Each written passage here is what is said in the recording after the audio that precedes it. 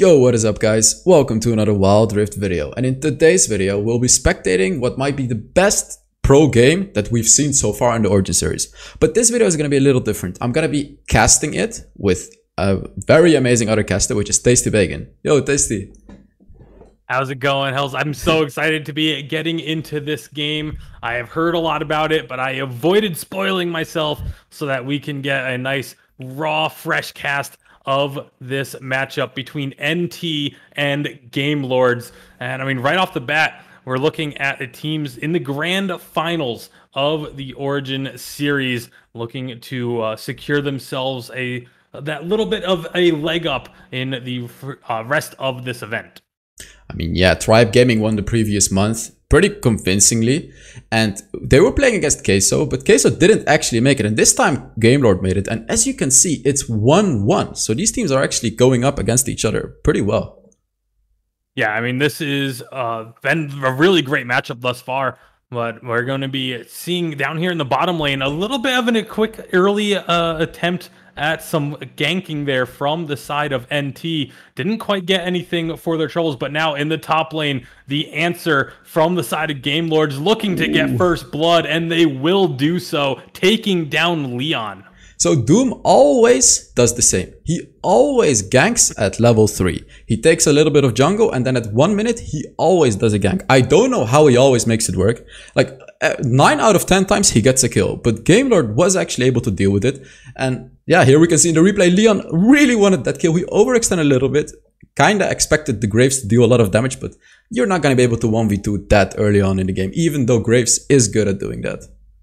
Yeah, Graves is good at doing that, and Leon's one of the best top laners in the game worldwide. I think that's not going to be disputed by anybody. But, you know, like you said, great recognition by Gamelord to know, hey, this guy's going to try and gank usually on the bottom lane right at early levels, but here in the mid lane, here's another answer from Gamelords, able to find themselves a second kill. Gragasol not quite going to knock Snitch back into the team, but Gamelord's making some early plays here. I mean, I really like what Gamelord is doing here. They know what Doom is gonna do. Like, they were waiting in that bush. They just expect Doom to gank again, because Doom has this very aggressive playstyle where he keeps ganking over and over again. And you can see that Gamelord definitely did their homework for this game, because they have been countering Doom's ganks really effectively in this game. Yeah, we'll take another look at this replay. You can see Gragas getting the knock up onto Doom as Doom tried to get the kill onto the Orianna, but just wasn't able to dish out enough damage. And I mean, this is a jungle matchup that is all about the early game with Xin Zhao versus Lee Sin. And as we talk about it right there, Xin Zhao getting a kill, finally getting NT on the board. He does it again. We're at minute 3 and Doom has already ganked 3 lanes. Now, how insane is that? And as you can see, the aggressive playstyle, he's trying to invade again, but the Lee Sin knows that it's going to happen. But Doom is just, oh, he almost went for another one, but he's finally going to go back and take down some of his jungle. Yeah, you see that on the mini-map on the top side, both junglers are in the vicinity, but this could very much be Gamelords looking to maybe try and bait Leon in. You see Gragas with the low health, knows that he has the Lee Sin right around the corner, but Leon is not interested thus far, as he has to be assuming that the Lee Sin is up here as well. So good job by NT to communicate with each other, let each other know where the enemies likely are so that they can keep themselves as safe as possible, especially after giving up those 2 kills early. I'm honestly very curious what's going to happen at the 4-minute mark in this game, because after the recent changes where Rift Herald also spawns on the map, I really feel like Leon could be making big plays on that Graves, because Graves is one of the fastest split pushers in the game, and like right now, you don't have to necessarily rotate to Dragon anymore. You can choose to go for the Rift Herald, you can choose to get the first turret. There's many different things that you can do in the new update. Yeah, especially like you mentioned, the Rift Herald coming in earlier allows you the opportunity to make trades like what we're seeing right now. NT going for the Dragon, but there's so many members of the side of Gamelords piled up on the Rift Herald trying to take this down. But Tribe, they're going to look to try and get in here. Friend with the Valkyrie package is going to be getting over the wall, getting a lot of damage down, and Gamelords have to back off this objective. Ooh, I love what Tribe did here. They saw that it was a free Dragon, but did they also realize that they could contest the Rift Herald by just letting Doom take the Dragon after it was at like 2k HP, and then they contested the Rift Herald with the package of Corki, of course. Really, really beautifully played by them. Very, very nice, and they actually managed to get both objectives. Yeah, talk about having your cake and eating it too. Able to pick up both. The whole point of having Rift Herald spawn at 4 minutes with the first dragon is to try and alleviate the pressure of not being able to contest first dragon. And instead, NT is just going to be adding extra pressure on top with now this Rift Herald. I'm curious to see if they're going to save this Rift Herald use for that second dragon spawn, or if they're going to try and just use this early to push down a tower right off the bat.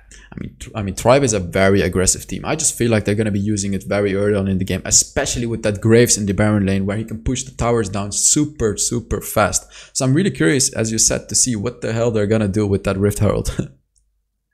Well, right now it is going to be a little bit of attention here on the bottom side of the map with Doom making his way down towards this lane. But again, Game Lord kind of feeling like something might be up. They back off. They get to safety. They are able to get some vision control, at least temporarily here on the bottom side of the map. But ups here on the top side, Leon could be in trouble again. He has to flash away, but they're going in anyway. Great Gragas ultimate to knock Leon out from underneath the turret. And this should be a kill, but oh my goodness, Van confirmed this. Nearly gets himself a trade.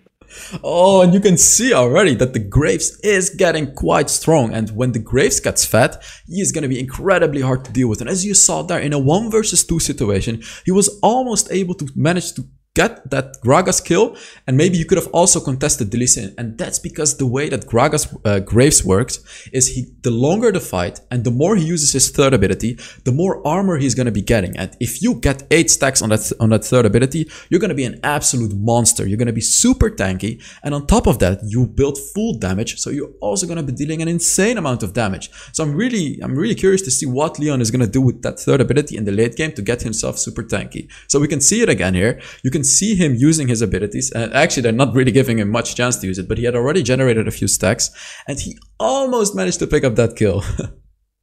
Yeah, that dash out nearly bought him enough time. And as we saw at the start of that replay, while that fight was happening, it was also NT pushing in mid, finding the kill onto Orianna and taking that first turret without even using the Rift Herald. So that is a huge bonus to the side of NT, getting not only the first turret gold, but still having this Rift Herald to allow them to push or serve as a distraction on the map when they decide to pop this. But now, Doom, this could be trouble, but Leon is here, making this a 2-on-2. They get the knock-up on to Lee Sin, and now all of a sudden it's going to be Snitch jumping in as well with the culling, and they find themselves a couple of kills. Now this is going to be turret number 2, and still no Rift Herald use. Absolutely beautiful play by Tribe. They were all rotating at the same time. The mid laner Snitch and the jungler Doom, they both ganked the lane at the same time. So they saw Doom coming. They were like, yeah, we know that you're gonna gank. So he ganked here, which was pretty okay, but they were never gonna be able to actually get the kills from here. But then you can see the Lucian walking up to the top side of the map, which is really well coordinated. And here's where they kill both players and they get the turret. Absolute mid-div. We did see a little bit of a misplay there from the Gragas as well. Threw the ultimate backwards and hit nobody with it. And I mean, that's such an important ult and for any fight situation, but especially a team fight. And it's not available now as the second dragon is up. Rift Herald dropped up top for Leon to split push with while the dragon goes down. Can the Game Lords get in here to try and steal? It was down to 400 health, but it is secured by NT and everyone is going to walk away. I mean, just take a look at Leon. This is when they drop the Rift Herald and they get the free tower. And is the Herald gonna get another hit on the tower? That would be amazing. Because if it does, and it does, it became super low, and now it becomes a danger for the team. Because we know that Leon is going to be split pushing on that Graves for the whole duration of the game. And they have to be careful now on the top side of the map, because we're 9 minutes into the game, and they really don't want to lose that inhibitor tower. And you can already see him kind of whirling around that side of the map. So are they really going to allow him to get that inhibitor turret? I mean, Lee Sin's trying to go in here. That's everyone focusing on the bottom side of the map from Game Lord, and Leon is just perfectly fine with this. They find a couple more kills. Gragas in trouble is going to use the honey fruit to heal up, but the culling doesn't quite connect to find any kills. Meanwhile, Leon just says, all right, you guys have fun down there. I'm taking your base.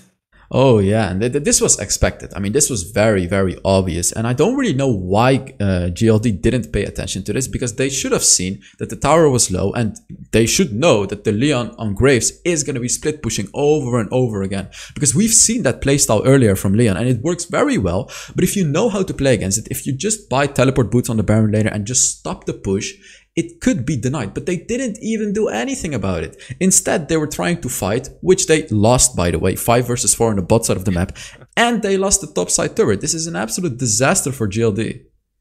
Yeah, I mean, you just pointed out, you could see on the replay, they had vision of Leon pushing in, and they all committed to that bottom lane. I mean, I suppose the one solace that they can take is this top side's going to be constantly pushing in towards them, so they don't really have to worry about, you know, letting a huge wave build up. It's going to always be coming to them. They're going to be able to farm that a little bit easier, but that is not a situation you want to be in with your first inhib turret down at 10 minutes into the game. Baron has spawned, and NT, they're looking super strong here. They may potentially try and find an opportunity to just, you know, get another distraction with Leon pushing in and maybe try and sneak Baron. Oh, and let's take a look at this fight. Lucian almost gets the kill. He does actually get the kill. 1 versus 3, and he picks up a kill. We're gonna hopefully we get a replay of that, and you can walk us through what just happened. But now NT say, hey, Lucian just got the 1v3. We want to get involved in this action too. How about a 1v3 going the other way? Meanwhile, Leon is a menace. This guy cannot be stopped. And just like that, there we go. NT, you know, maybe you don't need the distraction. You can just kill everybody and go for the Baron. So I really want to talk about the way that Leon is playing right now. So not only is he split pushing, not only is he getting kills, or that was his first kill, not only is he just applying a lot of pressure, he's also taking the enemy jungle away whenever he can. So this playstyle is not only good for getting fed yourself, because I want you to pay attention to Leon having a score of 1-2, which is not amazing, but he almost has the most gold in the game. And that's because of this playstyle that Graves has right now, which is... Speaking of Leon's playstyle, diving in on the Orianna, almost finding a kill, will eventually pay for it. But, I mean, he is just putting on a clinic on this Graves. And, I mean... I'm just trying to figure out what can they do to stop this, because right now it is just so much pressure from NT. They're pushing in mid with these Baron buffed minions, and it doesn't seem like they have any answer for the pushing pressure of Leon and the rest of NT. I mean, all they can do is really hope for a mistake. At this point, Tribe Gaming is 12,000 gold ahead. It's true that they have the Sona. It's true that they have the Ezreal. The wave, the Baron wave. Just look at this pressure. There's going to be another fight underneath this turret. That's a lot of damage going. They actually get the pick onto the Braum, but can they find anything else? Another good knock-up onto Dream. And so some serious damage, but they do back out. But never mind. Zefta wants to go back in with the help of Redemption. They find another kill. Can the rest of NT answer? They're actually getting melted here. Oh, no. And all of a sudden, Hells, what just happened? That is a complete flip of the script. Oh, and that's the mistake that we're talking about. Leon wants the 1v5. He's going to get 2 kills in the 1v5. I mean, to be fair, everyone was somewhat low, but still, to come in clutch. I mean, both teams kind of coming in clutch there. Obviously, Game Lords finding those crucial kills to get themselves some money to try and get back in this game, but then Leon making sure it wasn't a complete waste. Let's take a look at the replay and walk us through this.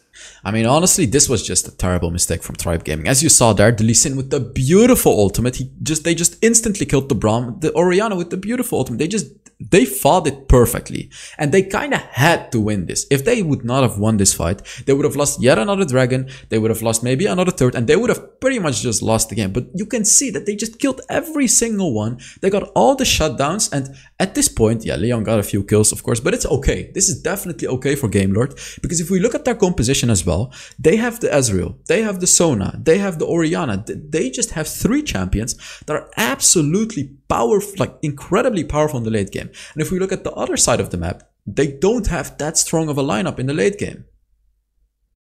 Yeah, I mean, you've got, obviously, the Graves has been phenomenal early on here. Jin Zhao is another incredibly strong early game, but doesn't really hold up a lot late. It's really only Corki that has like this massive late game power on the side of NT, whereas you called it. You know, Game Lords, they have a ton of scaling on their side. with Lee Sin being really the only one that doesn't scale extremely well into the late game. So, I mean, we're hitting that 15-minute mark. This is still very much NT's game to win. Like, they have the clear, decisive lead, but that one team fight, that sometimes that's all you need to get your head in the right place to try and make a comeback. And if they can stall this out, if they can continue to defend these turrets, there is that slight glimmer of hope, but it's going to take some immaculate team fighting or some very lucky picks in order to turn this around. Speaking of picks, that was Doom thinking he had a pick onto the Lee Sin, but everyone is just going to back away. Ezreal doing some decent damage with just the ultimate, and that's on a very low cooldown as this game continues on. So, like the late game is... Oh, and what is this fight? Look at this. Leon almost got the kill. But he failed his ultimate. Yeah, doesn't connect with the ultimate, but he does have the Guardian Angel. So even if he goes down, he's going to get back up. And now 4v4 at the Baron Pit. This is crucial for the side of Game Lords to navigate these fights, navigate these dances, I should say, because it wasn't really a full-on fight happening there, but it is everyone just kind of bouncing around, trying to play this Baron fight game. NT trying to force Game Lords to commit to a fight, while Game Lords are just trying to do just enough to prevent this Baron being taken. And the dance is certainly happening in full force here. Baron was down to about 5,000 health. I'm a little surprised NT didn't commit to that. Pooh. So you can see that Tribe Gaming kind of knows that they might actually lose a 5 versus 5 team fight. You can see Leon, he's like, nope, I ain't gonna fight. Yeah. All he is doing is split pushing. And this is what he kind of has to do. Because especially right now, Orianna just bought a Rabadon's Death Cap, which is insane damage. Ezreal has big damage. Sona is level 13. It's, you know, it's still looking like a big win for Tribe Gaming. They're 10k ahead, but they do kind of have to be careful. They do have to apply a lot of pressure. And here comes the inhibitor turret, which really helps a lot that they took very early on in the game, because that's the thing that allows you to put up a lot of pressure in the game, of course. But are they really going to be able to keep it up? Yeah, I mean, that's really the question, because the pressure was great early on, but we haven't really seen anything happen for the last 6-7 minutes. It feels like it was, it was 7 minutes ago when that first inhibitor turret fell at the 10-minute mark, and the pressure has really kind of died down here from NT. They've mostly just been farming out the jungle, trying to deny gold from their opponents, but I mean, Game Lords, they found opportunities. They're only down by about 9,000 gold. This was a much larger gold deficit just a few minutes ago, Hells, and right now Leon looking to go in again. But Gragas, he's not winning these fights, but he's not decisively losing them either, although Leon is going to get some pressure onto this turret now. Oh yeah, it's a very close 1v1 as you saw there. It's a full AP Gragas, by the way, so he can deal a lot of burst damage. So he almost bursted down Leon, and then Leon almost counter killed him, but no one killed anyone. So here the Elder Dragon is spawning and the Baron are up.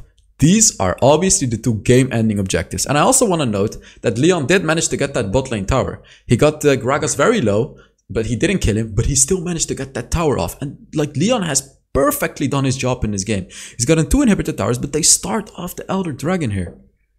As Elder Dragon's going down pretty quickly too. Here comes NT to try and connect or contest, and that's going to be an early kill, perhaps. No, they say alive somehow, some way. Braum is still alive in this pit. Finally, NT take him down. Dragon goes under 1,000 health, but it does get secured by Game Lords, and now they find the pop on the Guardian Angel for Xin Zhao. The base. It's going to be the big push. Leon says, you know what? You guys can have the fight. I'm going to try and end the game, but they catch him out. The Guardian Angel is procced. Can they get the kill? Leon does trade 1 for 1. The minions are putting in the damage, but they don't have enough, and Game Lord will live to fight another team fight. Oh my god, what is happening? So Game Lord just got, and he just picked up the kill on the Ori, which is so important right now because the Baron is up. But what the hell just happened? The Elder Dragon went to Game Lords, and they have a late game composition. What is Tribe gonna do? I'm at a loss right now. I'm at a loss right now. Like, it feels like Tribe is winning every single fight. Like, the actual kills are going Tribe's way. Yet somehow Game Lords are still in this one and surviving. As you see here on the replay, they somehow don't immediately lose multiple members. There's 2 people under 100 health, and Lucian gets out alive. That almost feels inexcusable to me for the side of Game Lords, but then they get the dragon and are able to escape. I feel like if they just got those kills, they probably are able to then make a push of their own instead. They get the big objective, but then they have to retreat and aren't able to really do any damage. So both teams have what I like to call an absolute game-ending thing in the game, which is Game Lord has the Elder Infernal Dragon, but Tribe Gaming has 3 turrets. I have honestly never, maybe once, seen a team come back from being down 3 turrets, and the reason for that is because when you're down 3 turrets, you obviously have pressure applied in every single lane. And speaking of pressure, there's going to be a lot of pressure here in the top lane. 2 members pushing in onto the Orianna. They aren't able to secure the kill. Orianna with a great Zhonya's to able to a stopwatch to keep herself alive and buy time for the rest of the team to come up. But you were just talking about the fact that there's so much pressure. Look at these waves with double super minions pushing in. I mean, how do Game Lords find a way to get out of their base? Well, Game Lords does have the Elder Dragon, which gives them true damage, which allows them to clear out the waves a bit faster, because the true damage also applies on waves. But still, it's 3 waves, 3 inhibitor waves, and they don't have any. And they actually only have 1 turret taken, which is so bad for them, because the map is completely opened up towards their side, which allows Tribe Gaming to set up, like they could go into bushes and catch out a single enemy. It's just a very dangerous world for Game Lord right now. And as you can see right now, they're like, okay, we need to open up the map. And they're pushing the mid lane. And this is exactly what they have to do with the Baron as well, because this is ultimately the only way that they could potentially come back into the game, to take away some of the pressure that they have. And they're looking to get this turret down. 700 health. They don't quite secure it. A big redemption is going to keep Snitch alive and keep his Guardian Angel intact as well. Finally, that mid inhibitor does go down, and Game Lords are looking to put the pressure on themselves now. I mean, Baron and Elder, that is the ultimate game-ending combination. But now, can they find the kills that they need? Braum is just soaking up so much damage, but no one is able to return fire for the side of NT. But here comes a teleport from Leon, looking to make a split push here into the enemy base. Gragas is back to defend. And how's this 1v1 going to look? It's gone Leon's way most of the time, but Gragas finally has enough durability that Leon cannot just poke him out instantly. And this is going to force Leon to retreat. That's a big teleport cooldown that will not be available. And Baron is spawning in under a minute. So they had a Baron and they did not finish the game. This opens up a new window for Tribe Gaming to potentially make, well, a comeback. For now it's a comeback for them, because they were super ahead during the whole game, but they cannot win team fights anymore. How on earth are they going to win this game? It's true that they have 3 inhibitors, but now they've lost 1 as well, so it took away 1/3 of the pressure, which is actually huge for Game Lords. But what are they going to do? How are they going to come back into the game? Leon really has to do some sort of miracle, or they have to all make some sort of miracle with the teleport boots, but I just don't see it happening anymore. Yeah, I've had to cut out of that replay, as we're going to very likely have a decisive fight here. I mean, it's 22 minutes in. I don't think I've ever seen a game that has a full-on team fight this late in the game that doesn't decide the game once and for all. But Leon and Gragas again going toe-to-toe, and it's going to once again be a bit of a stalemate. But on the other side of the map, it is going to be Game Lords finding a little bit more room, pushing up a little bit further than they have been able to, aside from that Baron push, for pretty much the entire game. Is Lee AFK? I think the Lee Sin is AFK right now. He's been standing there for a whole minute. Yeah, very well could be. That would be extremely unfortunate. Oh for no, the side of Game not Lords. right now.